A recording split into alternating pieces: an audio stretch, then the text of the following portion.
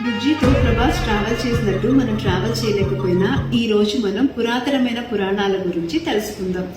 దశరథ మహారాజు గారికి 3 భార్యలు, దశాబ్దాల కొద్దీ సంతానం ప్రాప్తం కలగలేదు. పుత్రకామిష్టి యాగం ద్వారా రాముడు జన్మించాడు. ఇది ఒకప్పటి IVF ట్రీట్మెంట్ లాంటిదేమో. కౌరవులు 100 మంది, తల్లి గర్భాన పెరగలేదు, ఒక ద్రుపాత్రలో పెరిగారు.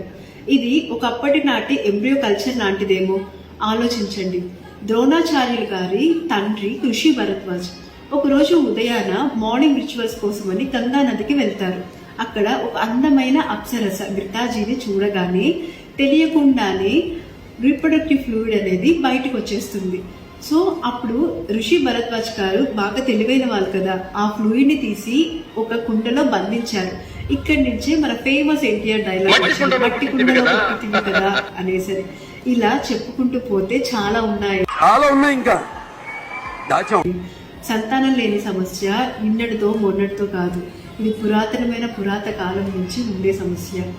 ఒకప్పుడు ఈ సమస్య ఉండే వాళ్ళని ఆదరించేవాళ్ళు, ఆశ్రమించేవాళ్ళు, ఋషులే దీనికి పరిష్కరించేవాళ్ళు.